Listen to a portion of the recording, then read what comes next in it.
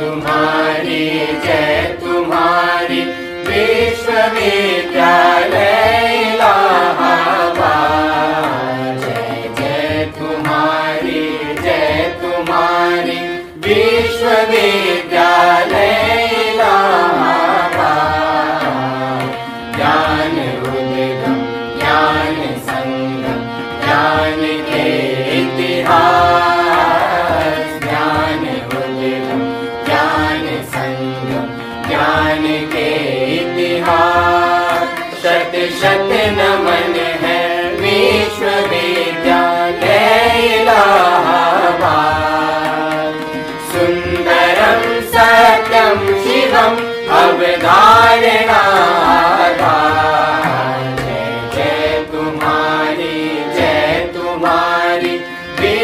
विश्वविद्यालय इलाहाबाद।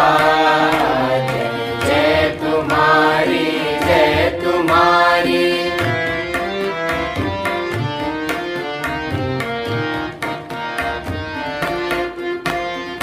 ज्ञान और विज्ञान का वर्धन तुम्हारा कर।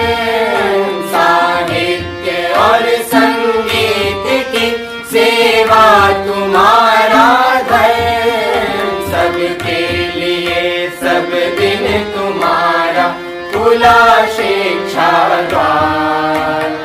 कर दिया तुमने सभी को योग्यता अनुसार। जय जय तुम्हारी जगत विश्रुत इलाहाबाद विश्वविद्यालय प्रयागराज के परास्नातक संवर्ग के प्रिय छात्रों और छात्राओं तथा वेदांतानुरागी सज्जनों, प्रस्थानत्रयी के अंतर्गत भगवान बादरायण कृत ब्रह्म सूत्रों और श्रीमदादि जगत गुरु शंकराचार्य कृत प्रसन्न गंभीर शारीरिक भाष्य पर हम लोग चर्चा कर रहे हैं। त्रिविध दुख को नष्ट करने वाला यह महनीय शास्त्र आप सब लोगों का मंगल करे। इस शुभकामना के साथ मैं आप सब लोगों का नमन करता हूं और नित्य शुद्ध बुद्ध मुक्त सत्य स्वभाव परमपिता परमेश्वर से यह प्रार्थना करता हूं कि हम सब लोगों का चित्त एकाग्र हो,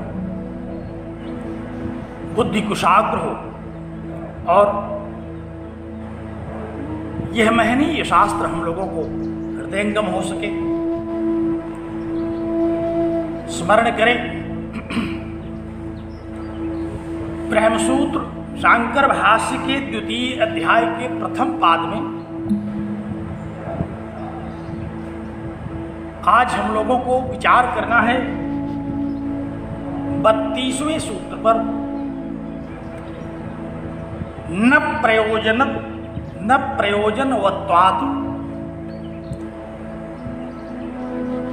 कौन सा अधिकरण है? प्रयोजनवत्वाधिकरण।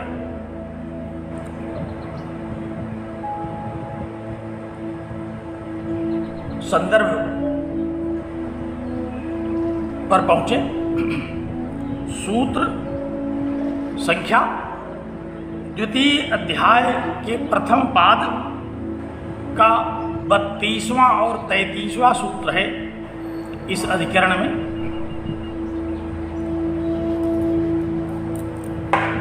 बहुत ही महत्वपूर्ण विषय पर आज हम लोग चर्चा करेंगे। आप लोगों को स्मरण होगा इसके पूर्व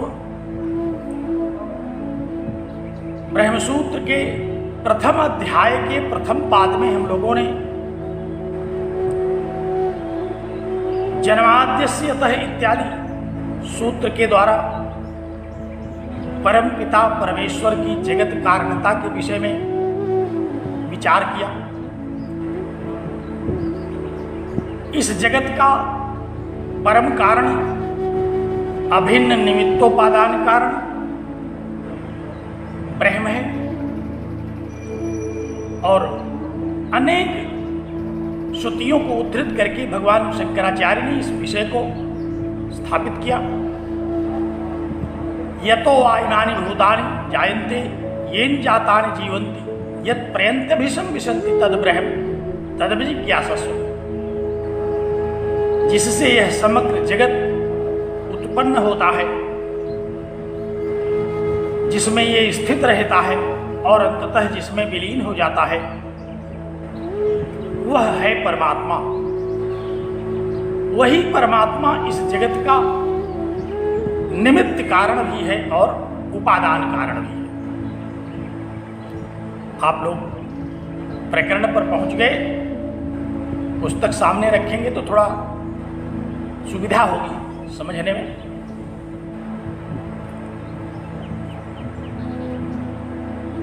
ईक्षत्य अधिकरण में भी हम लोगों ने इस जगत के कारण स्वरूप परमात्मा को ही देखा।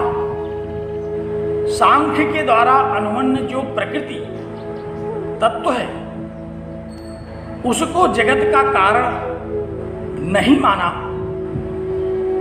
भगवान शंकराचार्य ने और वेदांत ने। और उपनिषदों का जो मंतव्य है, उपनिषदों का मंतव्य यही है कि उस परमात्मा ने ही इस जगत की रचना की, वही इस जगत का निमित्त और उपादान कारण है। ईक्षत्य अधिकरण में भी हम लोगों ने इसी विषय पर चर्चा की। और आनंदमय अधिकरण में तो कहना ही क्या, परमानंद स्वरूप वह आत्मा जो इस जगत का कारण है। आनंदादेव ही इमानि भूतानि जायन्ते, तैत्तिरीय उपनिषद ने सृष्टि के प्रकरण को संपूर्ण करते हुए इस श्रुतिवाक्य को कहा कि आनंद स्वरूप, उस परमानंद स्वरूप आनंदमय ब्रह्म से ही जगत की उत्पत्ति होती है। तो इस प्रकार जो नित्य शुद्ध मुक्त परम तत्व है, परतत्व है, परमात्मा है, उसी से इस जगत की उत्पत्ति होती है।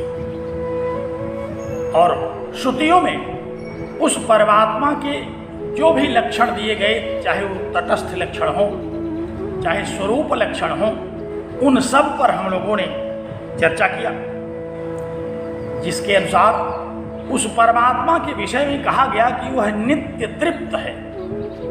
नित्य तृप्तम निरवयवम, जो नित्य तृप्त है, निरवयव है। ईशावास्यमिदं सर्वम यत्किंच जगत्याम जगत, जो इस ब्रह्मांड को व्याप्त करके स्थित है।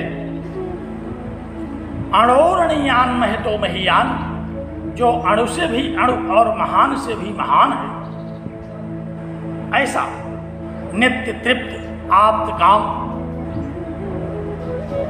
परमात्मा इस जगत का कारण है, जो असंग है, देह रहित है, निराकार निर्विकार है, सर्वांतर्यामी है।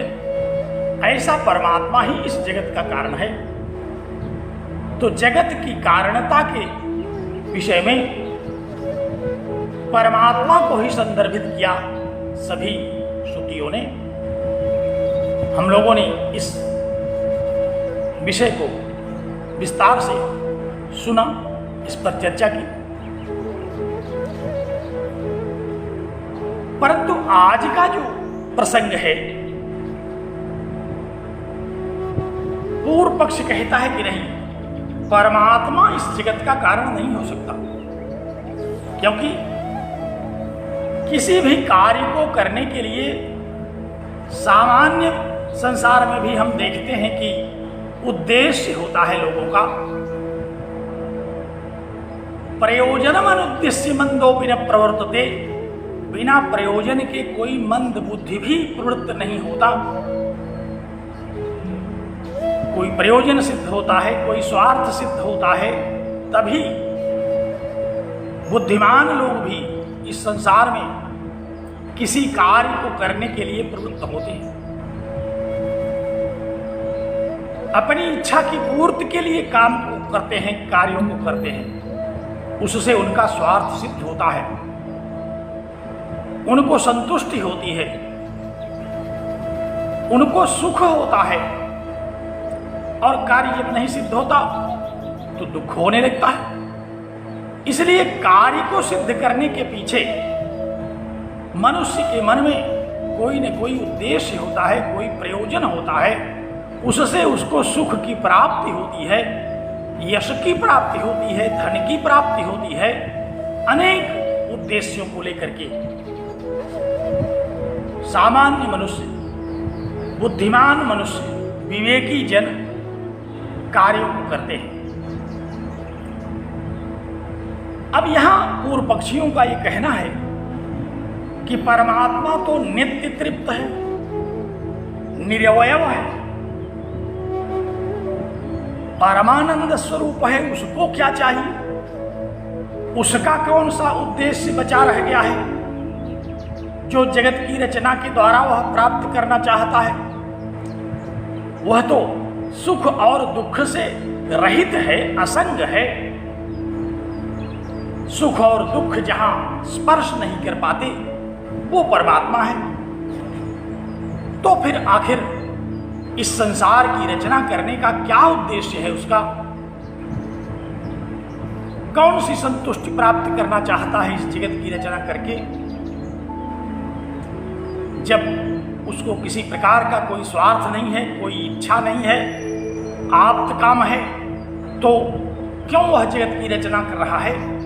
आप्त कामस्य का स्पृहा, जो आत्म काम है, आत्म काम है,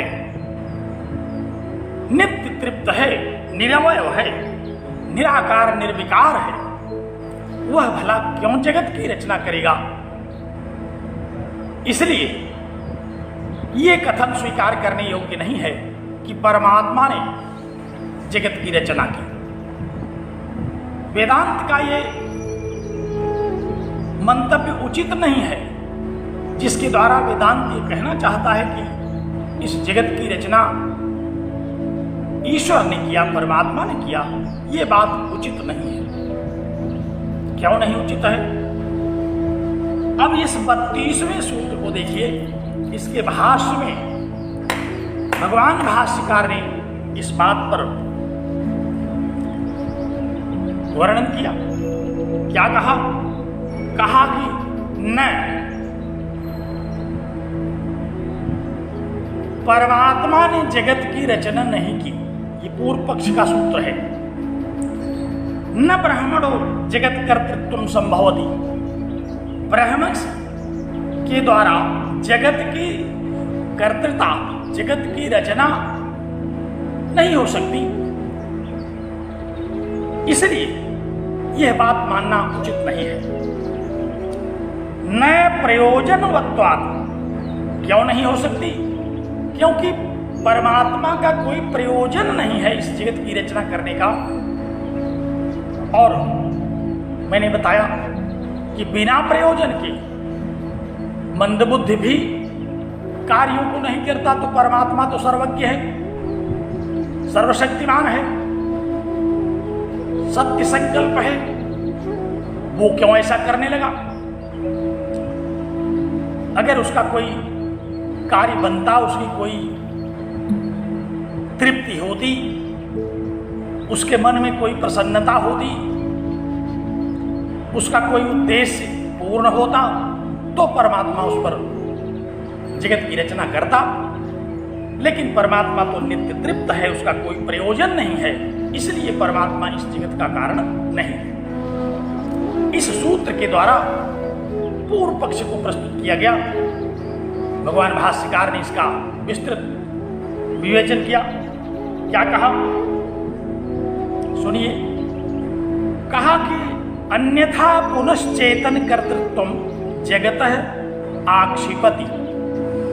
चेतन कर्तृत्वम जगतः, जगत की चेतन कर्तृता, जगत को चेतन परमात्मा ने रचा, इस विषय को अन्यथा आक्षेपति, कहते हैं कि अब एक दूसरी तरह से आक्षेप करते हैं।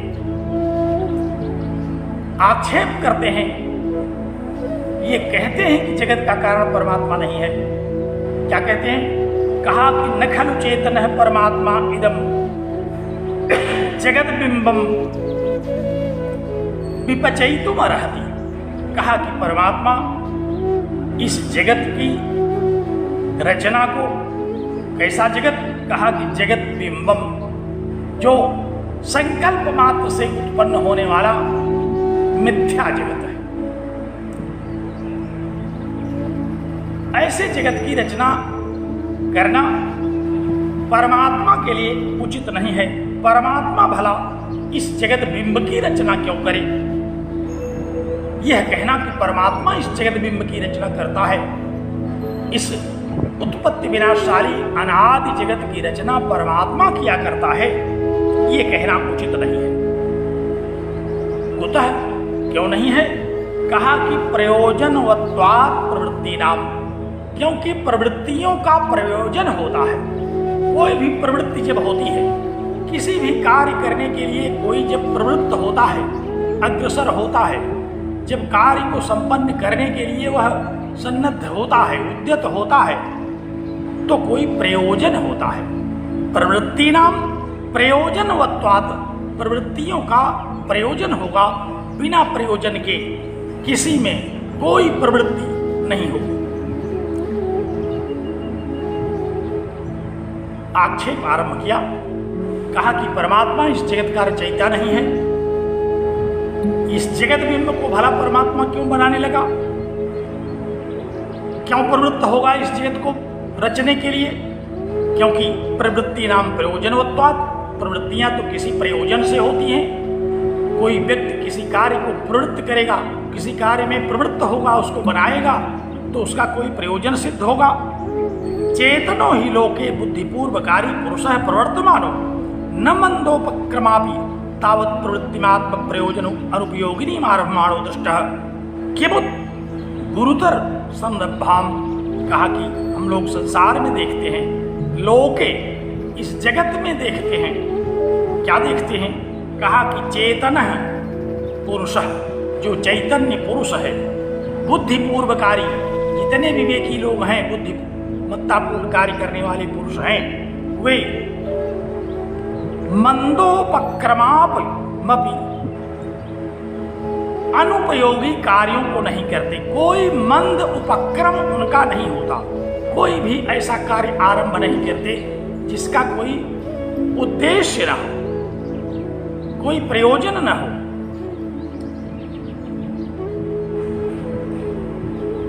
प्रवृत्तिम आत्म प्रयोजना नाम उपयोगिनी, प्रवृत्तियां तो व्यक्ति के प्रयोजन के लिए उपयोगी होती हैं, तभी वह कार्य को आरंभ करता है।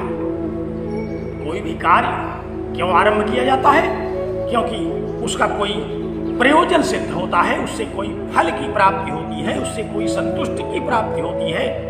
तो हम लोग संसार में देखते हैं कि जो चेतन पुरुष लोग हैं, जो मनुष्य जन हैं, वे भी ऐसा कोई उपक्रम, कोई थोड़ा मोड़ा उपक्रम भी नहीं करते, कोई हल्का फुल्का काम भी ऐसा नहीं करते जिसमें ज़्यादा परिश्रम लगने की कोई संभावना नहीं है, जिसमें ज़्यादा कारणता नहीं है, कोई वस्तु बहुत नहीं लगेगी उसकी रचना में। तो छोटे मोटे कार्यों को करने के लिए भी बुद्धिमान लोग निरुद्देश्य प्रवृत्त नहीं होते। हम लोग संसार में क्या देखते हैं? संसार में हम लोग देखते हैं कि किसी भी छोटे मोटे कार्य को भी निष्प्रयोजन कोई बुद्धिमान आरंभ नहीं करता। किमुत गुरुतर संरभ्भाम, और ऐसे गुरुतर जगत की रचना करने के लिए तो कहना ही क्या है। जब कोई बुद्धिमान छोटा मोटा कार्य भी बिना उद्देश्य को सामने रखे, बिना प्रयोजन के नहीं करता, मंद उपक्रम भी नहीं करता, तो फिर जगत जैसा बड़ा कार्य, गुरुतर कार्य, गुरुतर क्रिया, कोई सामान्य सी रचना हम लोगों को करना होता है, उसमें बड़ा परिश्रम होता है, बड़ा खर्च होता है, लेकिन संसार को अगर रचने के लिए किसी को कह दिया जाए तो ये अखिल ब्रह्मांड की रचना कोई मामूली है। मामूली इसमें परिश्रम होगा, मामूली बुद्धि का उपयोग होगा, मामूली व्यय होगा। जब छोटे मोटे कार्यों में इतना व्यय होता है, इतना परिश्रम होता है, इतना श्रम होता है, इतने लोग लगते हैं, तो इस जगत का जो ब्रह्मांड है, अखिल ब्रह्मांड की रचना करने का जो दायित्व है, गुरुतर दायित्व, इस कार्य को निरुद्देश परमात्मा क्यों करने लगा? जब सामान्य जन, जो सामान्य बुद्धि के लोग हैं अथवा विशेष बुद्धि के भी जो लोग हैं, वे जब निरुद्देश्य किसी क्रिया को आरंभ नहीं करते, तो सर्वज्ञ परमात्मा जो कि सर्वज्ञ सर्वशक्तिमान है, वह अपनी बुद्धि से क्यों ऐसा कार्य करेगा जिससे कि उसका कोई प्रयोजन सिद्ध नहीं होना? और उसका प्रयोजन सिद्ध क्यों नहीं होना है? क्योंकि उसका कोई प्रयोजन ही नहीं है। वो तो नित्य तृप्त है, वह कोई क्रिया क्यों करे, कोई कार्य क्यों करे, निष्क्रिय है।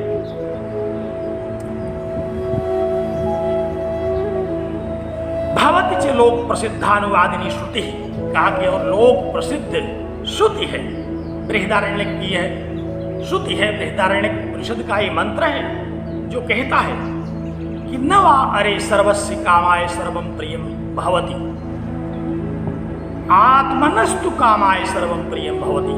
कहते हैं कि अरे मैत्रेयी, ये याज्ञवल्क्य ऋषि याज्ञवल्क्य मैत्रेयी को संबोधित करते हुए कहते हैं कि सबके प्रयोजन सबके लिए प्रिय नहीं होते।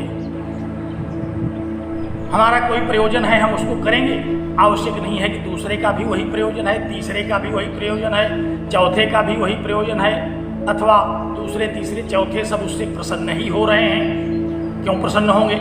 हम तो अपनी प्रसन्नता के लिए कोई कार्य आरंभ करते हैं। तो कहा कि आत्मनस्तु कामाय सर्वं प्रियम भवति, अपनी कामना की पूर्ति के लिए, अपने प्रयोजन की पूर्ति के लिए, अपने स्वार्थ की पूर्ति के लिए लोग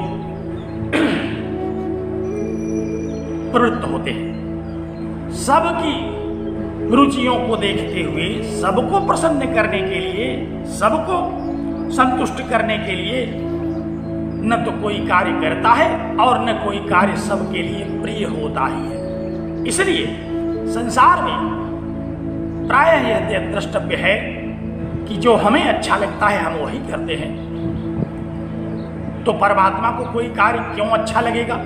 क्योंकि उसका कौन सा प्रयोजन है, उसका कौन सा स्वार्थ बचा हुआ है जिसकी प्राप्ति वह जगत की रचना करके कर लेता है। कहा कि गुरुतर संलब्धा चेयम प्रवृत्तिर यदुच्चावच प्रपंचम जगद्बिंबम विरचि दैव्यम। कहा कि जो यह जगत प्रपंच, यह अखिल ब्रह्मांड, प्रपंचात्मक बहुविधात्मक यह संसार, संरंभ माने कार्य, ये ऐसा कार्य है जिसको आरंभ किया जाए और पूर्ण किया जाए। तो संरंभाचेय, यह जो कार्य आरंभ है जगत रचना रूपी, ये क्यों करेगा वह परमात्मा? जब सामान्य बुद्धिमान लोग अपने बिना किसी प्रयोजन के कोई कार्य नहीं करते, तो इतना गुरुतर कार्य जो अखिल प्रपंचात्मक जगत के रूप का है। प्रपंच माने ये जो पंच महाभूत हैं, इन पंच महाभूतों के पंचीकरण के द्वारा जो यह जगत हम लोगों को दृष्टिगोचर हो रहा है, इसी को प्रपंच कहते हैं। पांचों महाभूतों में पांचों मिल करके, आप लोगों ने वेदांत सार में पंचीकरण की प्रक्रिया सुनी है, पढ़ी है, वह क्या है? वही है प्रपंच की रचना। तो कहा कि यह जो प्रवृत्ति यद उच्चावच प्रपंचम जगद बिंबम, यह जो जगत रूपी बिंब है, इसके बहुविध बहुस्वरूप नाना रूप जो प्रपंच है, उच्चावच माने अनेक प्रकार का, उच्चावचम माने बहुविधम, अनेक विधम जो जगत बिंब है, उसको क्यों आखिर परमात्मा रचेगा? यदीयम अपि प्रवृत्तिश्चेतनस्य परमात्मनः आत्म प्रयोजनोपयोगिनी परिकल्पेत परितृप्तम परमात्मा श्रूयमाणम बाध्येत, कहा कि जबकि हम ऐसी कल्पना करते हैं, हम ऐसी श्रुतियों को देखते हैं कि परमात्मा तो परितृप्त है, श्रुतियों में ऐसा कहा गया है, तो जो परितृप्त है, संतृप्त है, आत्म काम है, यदि हम ऐसी परिकल्पना करें कि परमात्मा इस जगत की रचना करने से भी तृप्त होता है, परमात्मा का प्रयोजन इससे कोई सिद्ध होता है, तो फिर आत्मा के, परमात्मा के नित्य तृप्त होने के विषय में जो श्रुतियां हैं वे बाधित होंगी। जो परमात्मा के नित्य तृप्त होने के विषय में श्रूयमाणम श्रुति, जो परमात्मा नित्य तृप्त है, आप्त काम है, ऐसी जो श्रुतियां हैं श्रूयमाणम बाध्येत, वे जो श्रुतियां सुनाई पड़ती हैं वो बाधित होंगी। और अगर ये कहा जाए कि प्रयोजना भावेवा प्रवृत्ति भावेवा स्यात्, कहा कि अगर यह कहा जाए कि उसका कोई प्रयोजन नहीं है तो बिना प्रयोजन के वह कार्य करेगा तो उसकी सर्वज्ञता बाधित हो, फिर वह बुद्धिमान कैसे कहा जा सकेगा। इसलिए किसी भी भांति ये जगत का रचयिता परमात्मा को स्वीकार नहीं किया जा सकता। और अगर कहें हम कि नहीं नहीं वह करता है तो फिर श्रुतियां बाधित होंगी। कौन सी श्रुतियां? जो श्रुतियां परमात्मा को सर्वज्ञ बताती हैं, जो श्रुतियां परमात्मा को सर्वशक्तिमान बताती हैं, ऐसी श्रुतियां बाधित होंगी कि आखिर परमात्मा निष्प्रयोजन कोई कार्य क्यों करेगा। जब सामान्य लोग ऐसा नहीं करते, सामान्य बुद्धि के लोग जब ऐसा नहीं करते तो फिर परमात्मा क्यों करेगा। हम लोग संसार में देखते हैं कि इस प्रकार का कार्य, निष्प्रयोजन प्रवृत्त होने वाला कार्य जो करता है उसको हम लोग क्या कहते हैं? उन्मत्त कहते हैं, पागल कहते हैं, निर्बुद्धि कहते हैं। तो अगर हम इस भावना से देखें कि परमात्मा ने बिना किसी प्रयोजन के इस जगत की रचना कर दी, तो अथ चेतनोपि सन उन्मत्तो बुद्ध्यपराधरांतरायण आत्म प्रयोजनम व प्रवर्तमानो दृष्टस्तथा परमात्मा भी प्रवर्तयिष्यति इत्युच्चेत, कहा कि तब यह कहा जाने लगेगा कि परमात्मा भी उन्मत्त की तरह कार्य करता है, परमात्मा भी मंद बुद्धि के लोगों की तरह कार्य करता है, परमात्मा भी बुद्धि अपराध अर्थात जो आपराधिक बुद्धि के हैं, मंद बुद्धि के हैं, अविवेकी हैं, उस प्रकार का आचरण करता है, ऐसा कहना पड़ेगा। तथा सति, और इस प्रकार कहना, इस प्रकार मानना, इस प्रकार विचार करना, सर्वज्ञत्वम परमात्मनः श्रूयमाणम बाध्येत, परमात्मा के विषय में जो सर्वज्ञत्व का प्रतिपादन करने वाली श्रुतियां हैं वो सब बाधित होंगी। तस्मात् अश्लिष्टा चेतना दृष्टि, इसलिए चेतन परमात्मा से, चैतन्य स्वरूप, आनंद स्वरूप, नित्य तृप्त परमात्मा से इस जगत की रचना नहीं हो सकती। इस प्रकार पूर्व पक्ष प्रस्तुत किया। न प्रयोजनवत्वादि करण का प्रथम सूत्र जो है, आज संसार में भी हम लोग देखते हैं, साधारण लोगों में भी, कि बिना प्रयोजन की कोई कार्य नहीं करता, तो परमात्मा तो सर्वज्ञ है, वो क्यों करेगा। और अगर हम कहें कि नहीं नहीं वो करता है, तो समाज में बिना प्रयोजन के जो लोग कार्य करते हैं उनको हम उन्मत्त कहते हैं, उनको निर्बुद्धि कहते हैं, उनको मूर्ख कहते हैं, अविवेकी कहते हैं।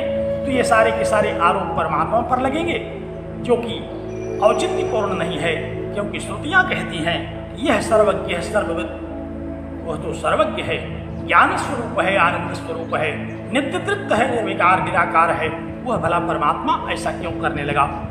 इस प्रकार विचार करने पर अंततः पूर्व पक्ष ने क्या स्थापित किया, कहा कि तस्मात् अश्लिष्टा चेतनात् सृष्टि, सृष्टि जो है वह चेतन परमात्मा से नहीं होती। अब इसका समाधान करते हैं अगले सूत्र से। बड़ा अच्छा समाधान किया। लोकवत्तु लीला कैवल्यम, कहते हैं कि नहीं ऐसा होता है। सूत्र को देखिए, लोकवत, लोक में भी हम लोग देखते हैं। तू शब्द इसमें जो आया, तू शब्देन आक्षेपम परिहरति, लोकवत तू लीला कैवल्यम, इस सूत्र में जो तू शब्द आया वह पूर्व पक्ष के निराकरण के लिए आया, पूर्व पक्ष को निरस्त करने के लिए आया। क्या कहता है? कहता है कि लोकवत, लोक की तरह बहुत सारे ऐसे कार्य संसार में भी देखे जाते हैं जो केवल लीला के लिए किए जाते हैं, केवल खेल खेल में किए जाते हैं, कोई प्रयोजन नहीं सिद्ध होता, तब भी बुद्धिमान लोग, समर्थ लोग उसको करते हैं। ऐसा तो संसार में हम लोग देखते हैं। क्या देखते हैं? भाष्यकार के शब्दों में सुनिए। कहा कि यथा लोके कस्यचित् आप्तैषणस्य राज्ञो अमात्यस्य वा, कहा कि जैसे संसार में हम लोग सभी इच्छाओं की पूर्ति कर चुके होने वाले जो राज्य हमारे राजागण हैं अथवा उनके मंत्रीगण हैं, वे भी व्यतिरिक्तम किंचित प्रयोजनम अभिसंधाय, किसी भी प्रयोजन के बिना भी, किसी भी प्रयोजन को मन में धारण किए बिना लीला रूपा, लीला रूपी कृत्य करते हैं, खेल रूपी मनोरंजन का कार्य करते हैं। क्रीड़ा विहारेषु भवन्ति, जैसे लीला में क्रीड़ा विहार इत्यादि होता। क्रीड़ा में बहुत सारे खेल हैं, राजाओं के यहाँ खेले जाते हैं। विहार, आखेट, शिकार करना, नौका विहार इत्यादि अनेक प्रकार के विहार भवन्ति होते हैं। तो हम लोग देखते हैं संसार में कि राजा लोग जिनकी सारी इच्छा पूर्ण है, वो आखिर रथ पर बैठ करके जंगल में क्यों एक हरिणी के पीछे दौड़े चले जा रहे हैं? केवल लीला है उनकी, उनका मन है, ऐसा वो करते हैं। कोई उद्देश्य उनका पूरा होने वाला नहीं है। वो चाहते तो अपने सैनिकों से कह देते उस एक हरिण नहीं 10-5 हरिणों को मार करके ले आ देते, लेकिन नहीं, उनका मन है, उनको खेलना है, वो क्रीड़ा करते हैं, वो लीला करते हैं, जबकि उनकी कोई इच्छा नहीं है, कोई प्रयोजन शिकार करने से उनका सिद्ध नहीं हो रहा है, फिर भी वो परम संतुष्ट हैं, उनकी सारी इच्छाएं पूर्ण हो चुकी हैं। फिर भी देखा जाता है कि क्रीड़ा विहारेषु भवन्ति, राजा लोगों के यहाँ, उनके मंत्रियों के यहाँ क्रीड़ा विहार इत्यादि होता है। और ये तो जानबूझ करके लोग क्रीड़ा करते हैं। कुछ ऐसे भी कार्य हैं, कहा यथाच उच्छ्वास प्रश्वासादयो अनभिसंधाय बाह्य किंचित प्रयोजनम स्वभावादेव संभवन्ति, कहा कि शरीर के जो श्वास प्रश्वास है, जो श्वासों का चलते रहना है, पलक का झपकते रहना है, शरीर की बहुत सारी ऐसी सहज प्रवृत्तियां हैं जो कि बिना किसी प्रवृत्ति के, बिना किसी प्रयोजन के स्वभावाद एवं भवन्ति, अपने स्वभाव से ही होती रहती हैं। स्वाभाविक रूप से शरीर के द्वारा ये क्रियाएं होती रहती हैं, उनसे कोई प्रयोजन सिद्ध होने वाला नहीं है, फिर भी वह क्रिया होती है। एवं ईश्वरस्य अपि अनपेक्ष किंचित प्रयोजनानंतरम स्वभावाद एवं केवलम लीला रूपी प्रवृत्ति भविष्यति। इसी प्रकार से वह नित्य शुद्ध, नित्य तृप्त, निरवय, निराकार निर्विकार परमात्मा भी लीला मात्र से इस जगत के रचना के विषय में संकल्प कर लेता है, इस जगत बिंब की रचना कर लेता है। उसका कोई स्वार्थ नहीं सिद्ध होना है, उसको कोई सुख की आवश्यकता नहीं है, क्योंकि वह तो परमानंद स्वरूप है। यह उसका लीला मात्र है, स्वभाव मात्र है। नहीं ईश्वर से प्रयोजनांतम निरूप्यमाणम न्यायतः श्रुतितो वा संभवति न च स्वभाव पर्यनुक्तुम शक्यते। कहा कि और ईश्वर के विषय में युक्ति पूर्वक, श्रुति पूर्वक यही एक कार्य हम लोग सुनते हैं। ईश्वर इस जगत की रचना करता है, ऐसा श्रुतियों में हम लोगों ने सुना, पढ़ा, विचार किया, और कोई दूसरा प्रयोजन ही नहीं है ईश्वर का। वह लीला मात्र से इस ब्रह्मांड की रचना करता रहता है। जैसे हम लोग श्वास प्रश्वास लेते हैं, जैसे बहुत सारे ऐसे इच्छा पूर्ण हैं जिनकी वो लोग भी क्रीड़ा इत्यादि करते रहते हैं, उसी तरह से यह परमात्मा इस जगत की रचना लीला मात्र से करता है। कोई दूसरा प्रयोजन इसका श्रुतियों में नहीं कहा गया कि इससे जगत की रचना करने से परमात्मा को बड़ा लाभ होगा, कोई बजट बन रहा है, कोई लाभ हो रहा है, किसी प्रकार की ऐसी कोई उपलब्धि परमात्मा को होने जा रही है, उसका कोई रंग जमता चला जा रहा है, ऐसा नहीं है। बहुत सारे लोग रंग जमाने के लिए ढेर सारी क्रियाएं करते हैं, उसका रंग तो जमा ही हुआ है, वो तो सर्वज्ञ सर्वशक्तिमान है। तो कोई भी ऐसी प्रवृत्ति उसके स्वार्थ को पूर्ण नहीं करती, बल्कि हम लोग परमात्मा का यह कार्य है ऐसा श्रुतियों में युक्तियों के द्वारा, शास्त्रों के द्वारा कहा गया है। न च स्वभाव पर्यनियोक्तुम शक्यते, कहा कि और ऐसा स्वभाव क्यों है ये पूछा नहीं जा सकता। किसी भी व्यक्ति के बारे में ये कहा नहीं जा सकता कि आखिर इसका स्वभाव क्यों है। लोगों के अपने अपने स्वभाव है, किसका कोई स्वभाव क्यों ऐसा है ये तो पूछा ही नहीं जाता, क्योंकि स्वभाव तो स्वभाव है। स्वभाव क्यों होता है, किसी कारण से नहीं होता, वह तो अपना भाव है, अपने मन की इच्छा है, अपनी प्रवृत्ति है। स्वभाव के ऊपर प्रश्न नहीं उठ सकता। अब अगर कोई कहे कि बिच्छू डंक उठाए क्यों घूमता है, कोई कहे कि कुत्ते जीभ से पानी क्यों पीते हैं, कोई कुछ भी जिसकी आदत है, दुष्ट दुष्टता क्यों करते हैं, सज्जन सज्जनता क्यों करते हैं, ये सब उनका स्वभाव है। यह सज्जनों का स्वभाव है, जो सज्जनता करते हैं। अकारण आविष्कृत बैर दारुणात, अकारण बैर और दारुण कर्म करना खलों का काम है, वो भी करते रहते हैं। तो ये जगत है। हम लोगों ने अध्यास भाष्य के आरंभ में ही पढ़ा था कि नैसर्गिको यम लोक व्यवहार है। यह लोक व्यवहार का एक नैसर्गिक स्वरूप है, स्वाभाविक स्वरूप है। इस संसार में जितनी भी वस्तुएं हैं उनका अपना एक स्वभाव है। अब वो स्वभाव उनका क्यों है, इस पर तर्क नहीं किया जा सकता। इस पर तर्क करना सबसे बड़ी मूर्खता का कार्य है। तो इसलिए सारी श्रुतियां कहती हैं कि परमात्मा ने जगत की रचना की। सारी श्रुतियों के द्वारा इस विषय का प्रतिपादन किया गया है, और सारी श्रुतियों के इस कथन का आखिर परमात्मा का क्यों यह स्वभाव है, इस प्रकार प्रश्न नहीं उठाया जा सकता। यद्यपि अस्माकं इयं जगद्बिंब रचना गुरुतर संलंबा आभाति तथा परमेश्वरस्य लीलैव केवले इयं।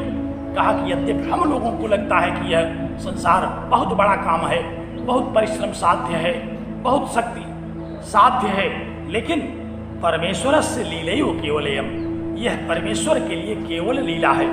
अपरिमित शक्तित्वात्, क्योंकि उसमें अपरिमित शक्ति है। संकल्प मात्र से ही सृष्टि और प्रलय होते हैं, जिसके संकल्प मात्र से, भृकुटि विलास मात्र से, जिसके इस संसार की रचना और संसार का प्रलय हो जाए, उसके विषय में इस प्रकार का कथन सर्वथा निरर्थक है। यदि नाम लोके लीलासु किंचित सूक्ष्म प्रयोजनम उत्प्रेक्षित तथापि नैव किंचित प्रयोजनम उत्प्रेक्षितुं शक्यते। अगर हम सांसारिक लोगों की तरह कोई उत्प्रेक्षा भी करें कि यह सिद्ध होता होगा, तो कहा कि नहीं, क्योंकि आप्त काम श्रुते है, वह तो आप्त काम है। श्रुतियां कहती हैं कि परमात्मा के किसी प्रयोजन की सिद्धि नहीं होती। अगर कोई कहे कि परमात्मा के अमुक स्वार्थ की सिद्धि होती है, कोई उत्प्रेक्षा करे, तो कहा कि प्रयोजनम उत्प्रेक्षितुम न शक्यते, प्रयोजन की उत्प्रेक्षा करना भी उचित नहीं है, क्योंकि वह तो आप्त काम है। नापि अप्रवृत्तिर उन्मत्तवत् प्रवृत्तिर्वा सृष्टि श्रुते सर्वज्ञत्व श्रुतेश्च। कहा कि और ये भी नहीं कहा जा सकता कि वो उन्मत्त है, ये भी नहीं कहा जा सकता कि वह मंदबुद्धि है, क्योंकि सृष्टि उसी से होती है। ऐसा सृष्टि श्रुति, सृष्टि का प्रतिपादन करने वाली जो श्रुतियां हैं, वे सभी इस बात का प्रतिपादन करती हैं। न च इयं परमार्थ विषया सृष्टि श्रुति। कहा कि और ये जगत परमार्थ भी नहीं है, परम सत्य भी नहीं है, ये लीला मात्र है, मिथ्या है। उसके संकल्प मात्र से उत्पन्न होता है और ज्ञान होते ही उसका समापन हो जाता है। अविद्या कल्पित नाम रूप व्यवहार गोचरात, क्योंकि ये तो अविद्या के कारण नाम रूप यह जो जगत है इसका ज्ञान ही हमको अविद्या के कारण होता है, अज्ञान के कारण होता है।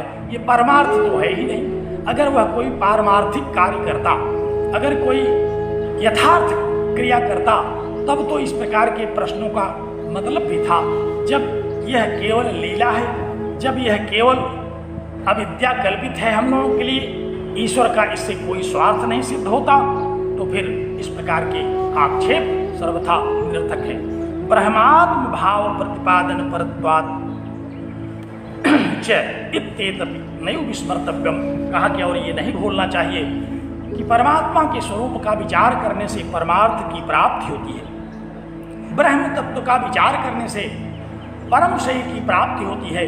अगर इस जगत की रचना न होती तो हम लोग परमात्मा के विषय में जिज्ञासा कैसे करते, और परमात्मा का जिज्ञासा करके उसके स्वरूप को कैसे समझते सुनते, और कैसे हमको बंधन से मुक्ति मिलती, कैसे हम मोक्ष की प्राप्ति करते।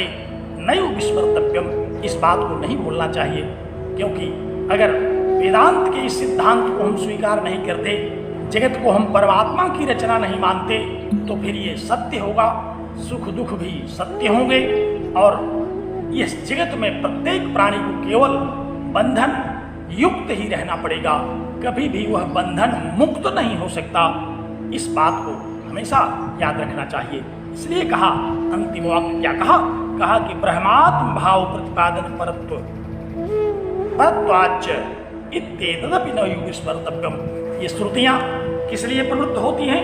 परमात्मा का गुणानुवाद करने के लिए, परमात्मा के स्वरूप का निरूपण करने के लिए, बंधन से मुक्त करने के लिए, अज्ञान से मुक्त करने के लिए ही ये श्रुतियां इस जगत की रचना के मूल में ईश्वर को प्रतिपादित करती हैं। तो इसलिए यह आक्षेप, यह आशंका, यह प्रश्न उठाना सर्वथा निर्देश्य है। इससे किसको सुख मिल रहा है?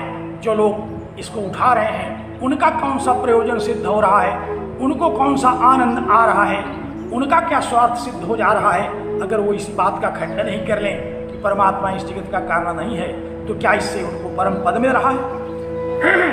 क्या राजा बन जाएंगे कि स्वयं परमात्मा बन सकते हैं? आखिर उनको क्या लाभ होगा? इसलिए वो महामूढ़ हैं। ऐसे महामूढ़ों के इस प्रश्न पर कभी भी विचार नहीं करना चाहिए।